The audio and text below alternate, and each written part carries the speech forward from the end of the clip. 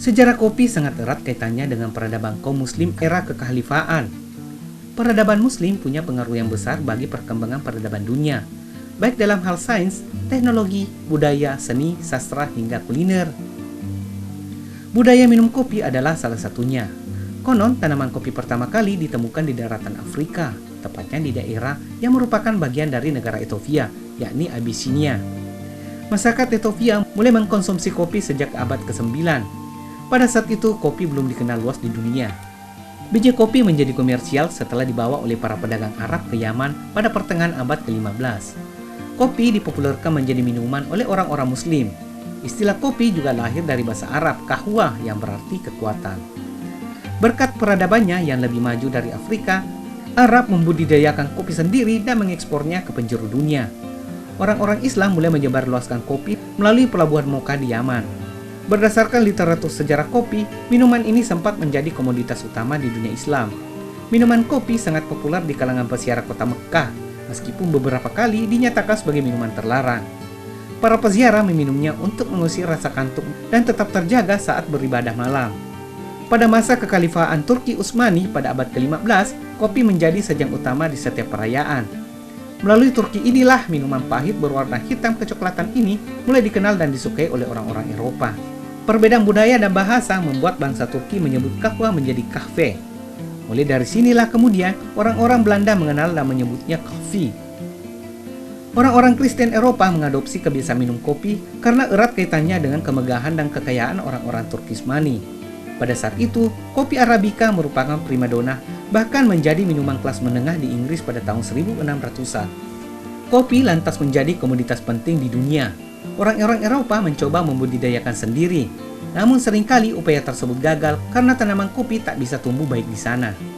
Oleh karena tak bisa tumbuh baik di negerinya, beberapa negara Eropa membawa tanaman ini ke daerah lain. Biasanya mereka memanfaatkan negara koloni atau jajahan. Ada dua dongeng legendaris tentang sejarah kopi.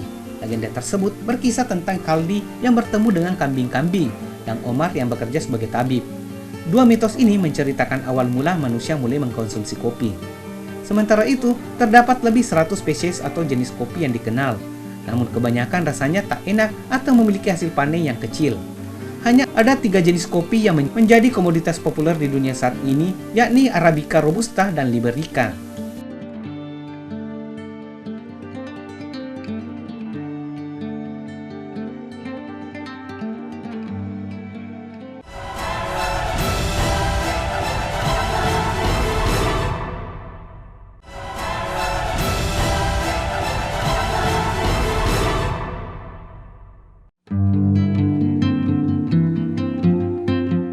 Sejarah kopi di Indonesia bermula pada tahun 1696. Pada saat itu, Belanda atas nama POC mendarat di Jawa membawa kopi dari Malabar, India. Kopi yang pertama kali dibawa itu merupakan jenis Arabica. Saat itu, Belanda berusaha membudidayakan tanaman kopi tersebut di Batavia, namun gagal karena gempa dan banjir. Mereka tak menyerah dan mendatangkan kembali bibit-bibit baru. Perkembangan budidaya yang cepat membuat Belanda membuka ladang-ladang baru di Sumatera, Sulawesi, Bali, Timur, dan pulau-pulau lainnya di Hindia Belanda yang saat ini dikenal sebagai Indonesia. Pada tahun 1700-an, kopi menjadi komoditas andalan POC. Penjualan biji kopi dari Hindia Belanda saat itu meledak, hingga melebihi ekspor dari Mocha Yaman dan ke beberapa negara di Eropa. Belanda pun memonopoli pasar kopi di dunia pada waktu itu. Pada saat ini, salah satu pusat produksi kopi di dunia ada di Pulau Jawa. Secangkir kopi kemudian lebih populer disebut dengan Cup of Java atau secangkir Jawa.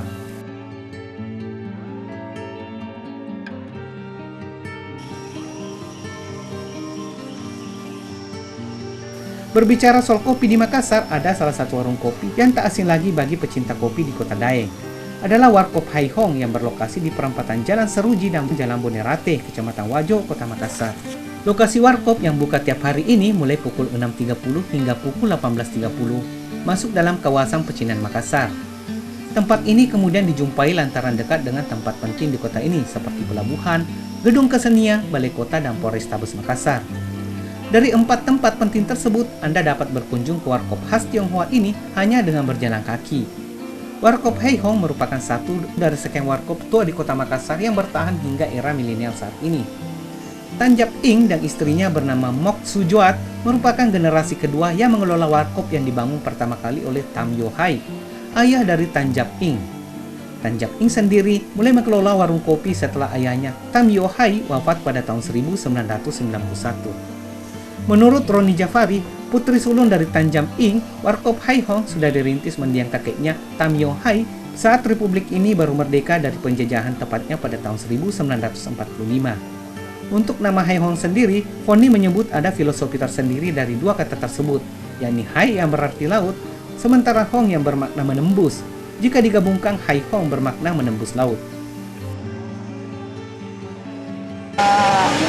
Hai Hong ini sih terdiri dari dua kata ya, kalau bahasa Mandarinnya ya. Hai itu artinya laut, Hong itu artinya menembus.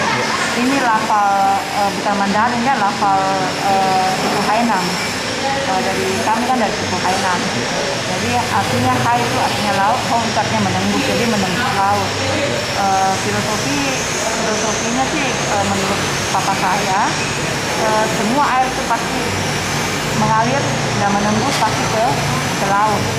Jadi ini menembus beberapa penjuru pasti kembali semua ke laut. Jadi saya kira filosofi dari warkop Hai Hong itu begitu. Dulunya kakek Foni Tam Yong Hai tinggal di Jalan Lembeh sekitar 1 km dari warkop Hai Hong saat ini, di mana pada waktu itu masih penjajahan Jepang. Foni juga bercerita pada waktu tersebut kediaman kakeknya sempat diserang bom dari Jepang.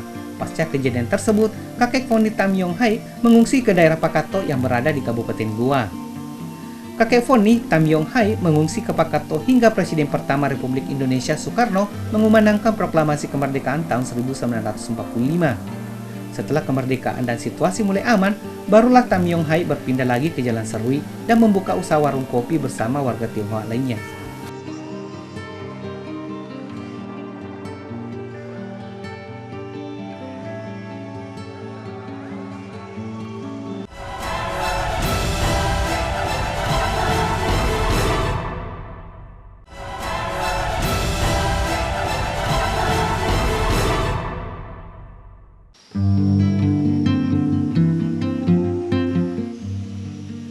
Mulanya, mendiang kakek Foni Tam Yong Hai berjualan kopi dengan barang-barang campuran. Setelah Tang Hoi meninggal dunia, ayah Foni Tanjap Ing pun berimprovisasi dengan menyesuaikan kopi jualannya dengan permintaan konsumen. Pada tahun 1999, Tanjap Ing mulai menjual makanan. Begitu juga dengan kopinya, mulai menyesuaikan dengan selera permintaan pengunjung yang diminta dicampur susu dan jahe. Pada tahun 2005, Foni Jafari mendapat kepercayaan dari sang ayah Tanjap Ing untuk mengelola warkop Hai Hong. Di tangan Foni, usaha warkop tua ini berkembang di tengah tumbuh pesatnya usaha warkop dan kafe di ibu kota Provinsi Sulsel. Foni mengatakan agar usaha warkopnya tetap eksis, ia mengaku terus berinovasi dengan kebutuhan zaman saat ini, terlebih dengan tumbuh pesatnya usaha warkop dan kafe di kota Makassar. Hai Hong salah satu eksis ya karena kesulitan, kebutuhan, dan juga beradaptasi dengan perkembangan zaman.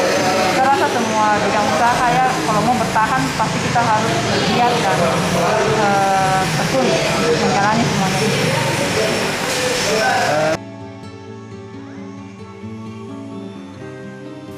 17 tahun di tangan Foni, warkop Hai Hong kini mempekerjakan 10 karyawan dengan waktu pelayanan mulai pukul 6.30 pagi hingga menjelang malam hari. Selain itu, pada tahun 2018 lalu, Foni juga telah melakukan rehab atau perombakan bangunan warkop yang kini terlihat lebih modern dari bangunan lamanya.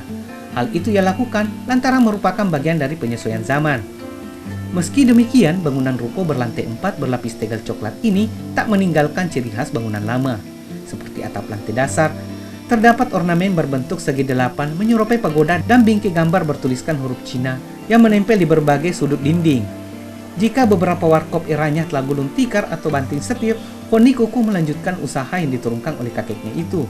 Menurut Foni, pengunjung saat ini cukup banyak dalam sehari. Adapun waktu yang paling ramai dikunjungi pada waktu pagi hari. Adapun pengunjung warkop Hai Hong menurut Foni masih didominasi kalangan usia 30 hingga 60 tahun dari berbagai profesi, mulai dari pegawai kantoran hingga kalangan usia lanjut banyak yang datang ke warkopnya. Dari kalangan pegawai, pegawai kantoran, pegawai negeri, dari pedagang, ya pensiunan, ya berbagai kalangan lah. Sementara itu, menurut Ramli, salah satu pengunjung setia Warkop Hai Hong sejak berpuluh-puluh tahun lalu mengatakan suasana di Warkop ini punya ciri khas tersendiri. Selain itu, ia juga betah untuk datang ke tempat ini lantaran tempatnya yang bersih. Begini, sebenarnya tidak ada yang terlalu perbedaan ya. Karena kopi itu rata-rata juga memang seperti itu. Begitu juga teh, ya. Cuma suasana itulah yang memang orang selalu ada suasana seperti ini kan, suasananya itu terbuka, enak. Angin masuk, kemudian kebersihan itu. Jadi Hai Hong ini termasuk warung kopi yang bersih. Namun desainnya itu tidak terlalu mewah ya, tapi itu bersih. Itulah membuat orang mungkin datang ke sini. Yang warung kopi lain juga begitu. Artinya ada ciri khas masing-masing ya. Tapi Hai Hong ini termasuk orang yang banyak mengunjungi itu.